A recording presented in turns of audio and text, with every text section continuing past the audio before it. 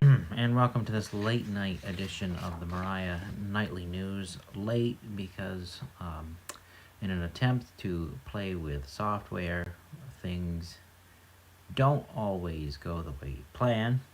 The hope was to upload audio to an RSS feed to push this program out for podcasting, to make the audio available for platforms there, and that will be coming if I can get that sorted out. But the news for today was, of course, has been all over the place in the last couple of days. Watching, of course, the war in Iran with the ceasefire that was tentatively formed on Monday or after Monday, following the president's insistence on social media and elsewhere that if Iran did not comply, they would be blown to smithereens. And that is, of course, in very much layman's terms, but that was the indication through Truth Social and other platforms. Trump indicated that it would be the end of civilization for Iran if they did not comply with the request to I believe opening the Strait of Hormuz was in there, if I recall right, and basically come to the table for negotiations. And it worked, at least at that point. They did capitulate or agreed to that. They did say that they would meet that demand. And the thing, as of right now, that is holding that up, or making it a little bit more complicated, if you will, is perhaps the better way to phrase that, is that the war in Lebanon, Operation Roaring Lion from Israel, is still going on. That has not ended. That ceasefire has not, the ceasefire did not apply to that, and Netanyahu and others, and I believe J.D. Vance has also stated that that ceasefire was not in effect for that part of the conflict. Iran does not see it that way, and in retaliation for that, Iran has chosen to choke off the Strait of Hormuz in response. For a brief period, and this was today, oil dropped below $100 a barrel. I believe it was below $95 a barrel at the close of the day, and the Dow Jones Industrial Average shot up over 1,300 points. So there was a little bit of optimism at all of this sort of shaking out in a more positive direction. Yet it's not clear that that's going to be the case at this point in time. The interesting thing that was discovered through the Associated Press prior to dealing with those tech issues earlier was that there are these back channel, I would call them back channel, and definitely illegal by international law, negotiations between China and Iran to get oil. Basically, they are paying with the Chinese currency, the yen or whatever they call it. I don't think that's what it's called, but it's whatever the Chinese equivalent to the dollar would be, their currency. And they are taking that and using it to buy Iranian oil. Now, it doesn't look like it's a lot at this point because the strait is still contested, it's still closed, but China is still trying to stick its nose in there.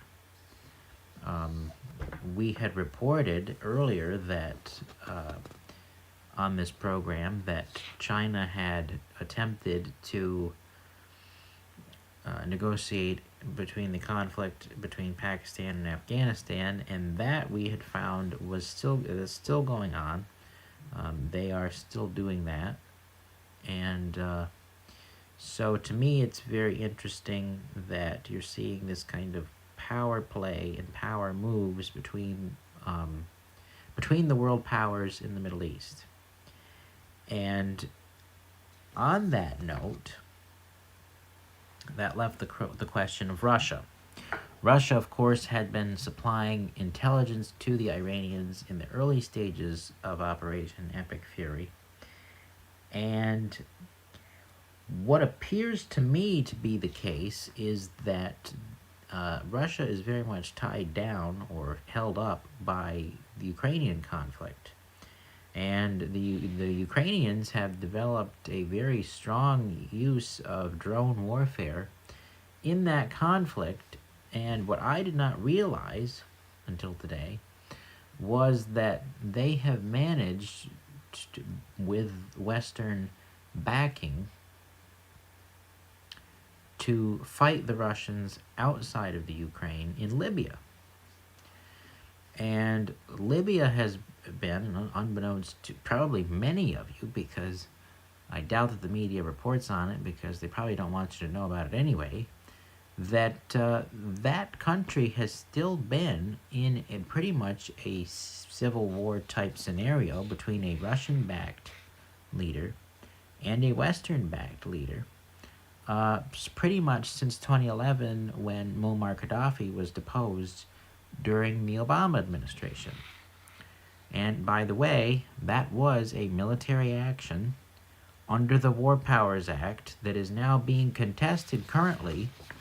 But tonight, the Associated Press reported that the Democrats are contesting the War Powers Act and trying to limit presidential authority over the military, which to me, I don't think they'll get very far. It's a bad idea anyway, when the president is the commander-in-chief, regardless of who the political party is. And even if I disagree with the political party in charge, even if President Biden were in charge, he's still the commander-in-chief over the armed forces. That's been the long-standing tradition of the United States, going back to George Washington.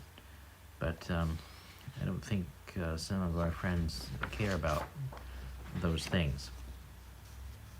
But this will be definitely interesting to watch, and things get smoother to watch because you figure out which sources are dependable and reliable to streamline the information a lot quicker, a lot faster, and certainly the Associated Press has helped with that, along with the Press Republican and others. So that's interesting. Now, I believe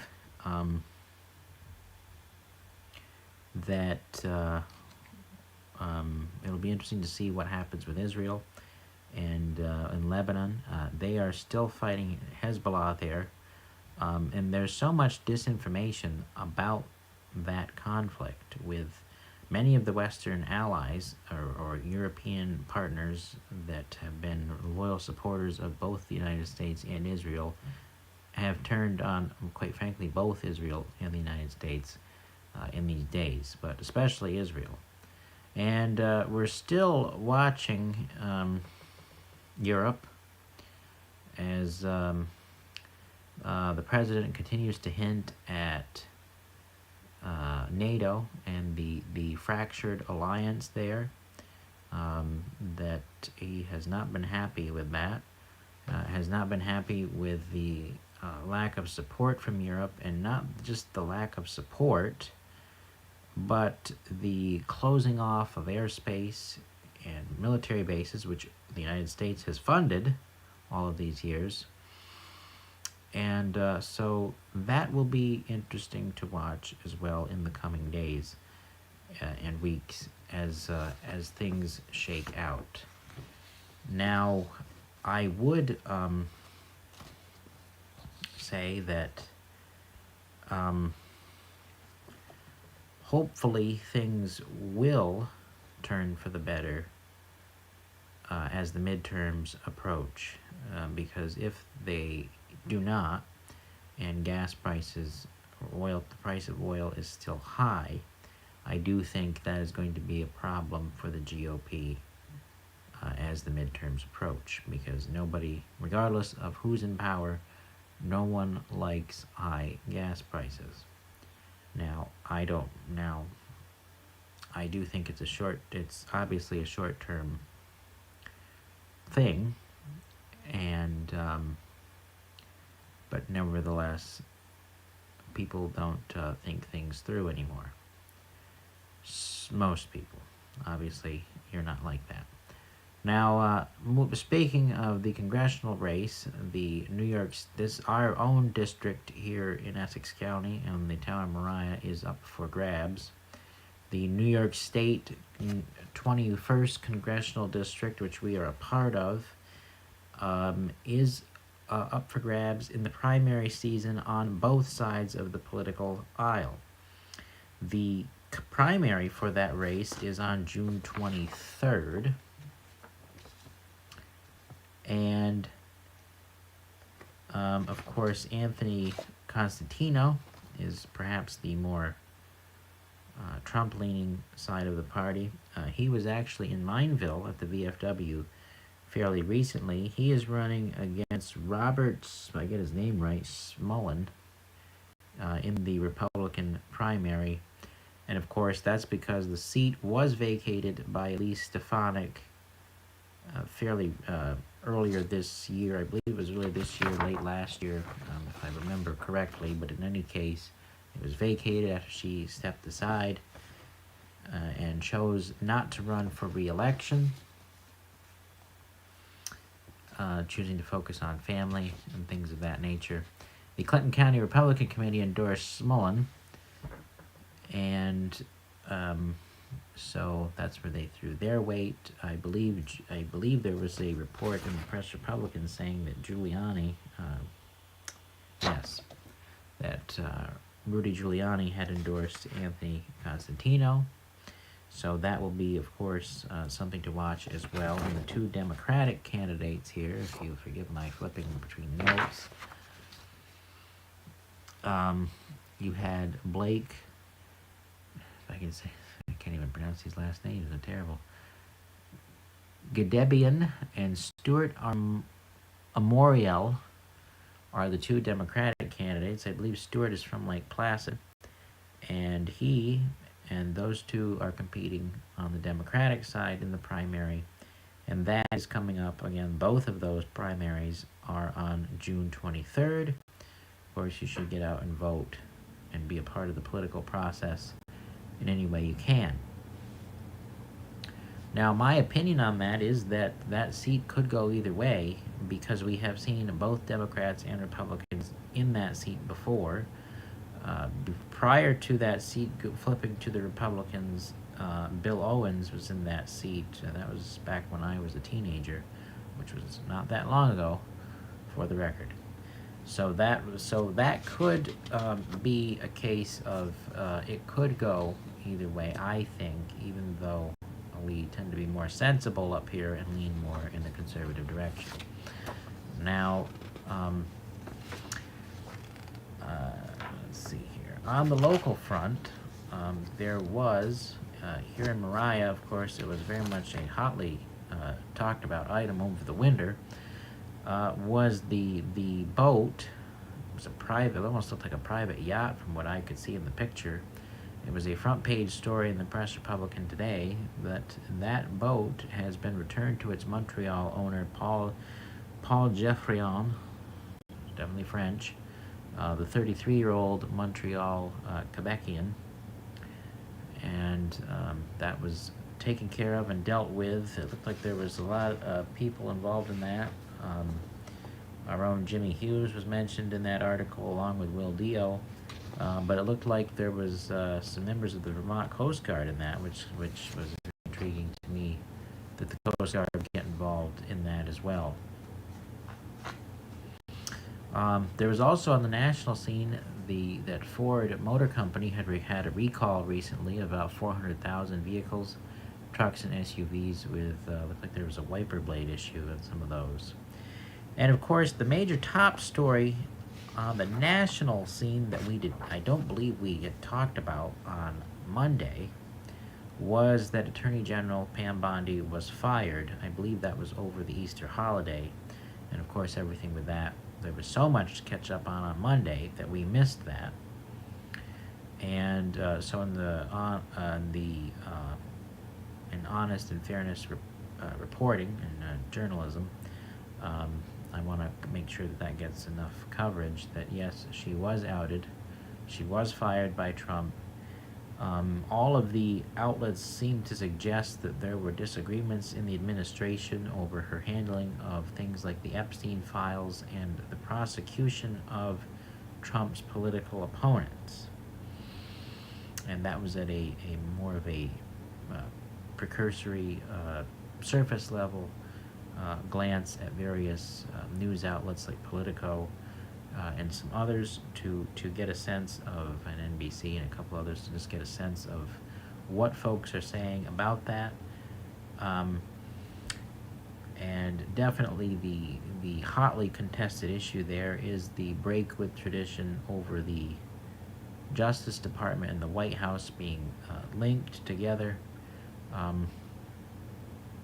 Again, that's on the surface level. I tend to think there's more underneath that we don't hear about, but that's, of course, my opinion, and you are free to disagree with me, because this is America and it's a free country. So those are the major headlines for this April 8th, 2026. I don't even know what year it is. So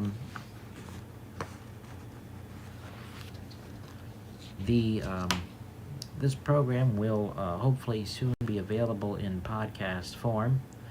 Hopefully that will go more smoothly than it has this evening, and I can get that out so that the audio becomes available, and hopefully in time the upgraded audio will, because listening back, you don't want a hiss in there either. So that's coming down the pipeline. And I mentioned on Monday the $250 upgrade that is being considered, and that is just to restore to where we would like that linear stream to go for the to produce a linear, basically to make it look like real TV, and not just a YouTube channel, on our website. And you can go on the website right now, www.themoriahchannel.com. It is active, and we hope to be able to push it to that place soon. And not only there, but to all of the social media platforms and anywhere that we can get it. And your help in that is greatly appreciated. And there's no pressure to support us financially, because the best thing that you can do is to keep spreading the word by word of mouth and clicking like and subscribe on YouTube and Facebook. Doing that alone is enough to push the algorithm and the analytics higher, and that alone helps us on those platforms meet their standards, the community standards, requirements to run advertisements there, in terms of getting advertisements that can help us earn there. And also it helps us eventually be able to stream to Facebook Live as sometime soon, and that will come hopefully in the next month or so. Once we hit that annoying 60-day threshold, this would be able to stream directly, not only directly to YouTube, but also to Facebook Live at the same time, especially when most of the audience engages on Facebook on the regular anyway. So that's sort of the sense of what's coming down the line. We do have the hopes of an interview with Tom Skazafava. He has supported us so far behind the scenes by word of mouth, and would like to share some of his knowledge of the town of Moriah history and his time as supervisor. And if you have any thoughts or concerns or questions, you can feel free to reach out to me at yacalismedia@gmail.com. I'm always available there, and or on Facebook as well. So that is the Moriah Nightly News for this April 8th, 2026. Stay well. And remember that although it was cold today and yesterday, it snowed yesterday, and the Lincoln Pond Road was very, very slippery from what I saw. Tomorrow it'll be in the 60s, and the 70s even is coming in the next days ahead. So stay well, stay safe, and God bless.